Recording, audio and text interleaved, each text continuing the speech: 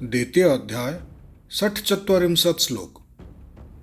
यावानर्थ उदपाने सर्वतः संप्लुतोदके तावान् सर्वेषु वेदेषु ब्राह्मणस्य विजानतः।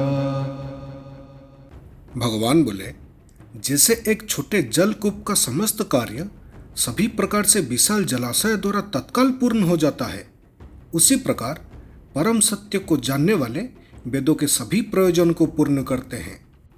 इस श्लोक में भगवान श्री कृष्ण ये समझाते हैं कि जिस प्रकार एक तालाब का उपयोग तब तक ही होता है जब तक उसमें पानी होता है, और जब पानी पूरी तरह से भर जाता है तो वो उपयोगी हो जाता है, उसी प्रकार वेदों में जो भी ज्ञान है उसका वास्तविक उपयोग तभी होता है जब एक ब्राह्मण अपने जीवन में उसे समझे और अपनाए।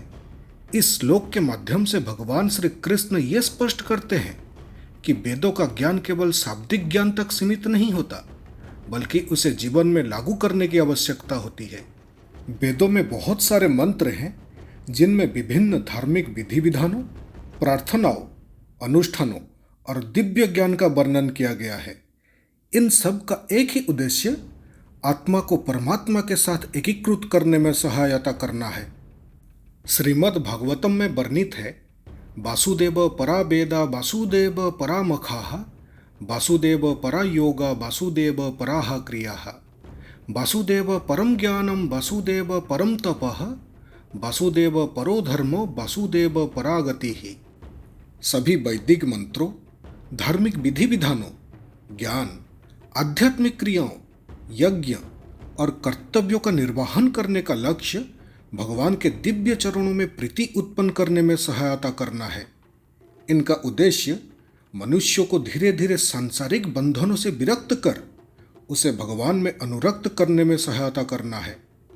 इस प्रकार जब किसी मनुष्य का मन भगवान में लीन हो जाता है तब स्वतः ही सभी वैदिक मंत्रों का प्रयोजन सिद्ध हो जाता है।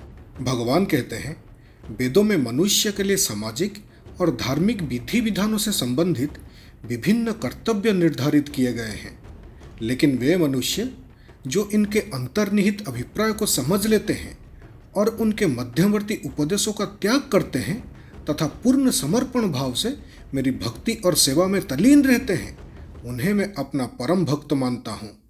इस श्लोक का तात्पर्य यह है कि वेदों की वास्तविक उपयोगिता और महत्व तब प्रदर्शित होता है जब उनका ज्ञान और उसके अनुसार आचरण एक व्यक्ति के जीवन का हिस्सा बन जाता है।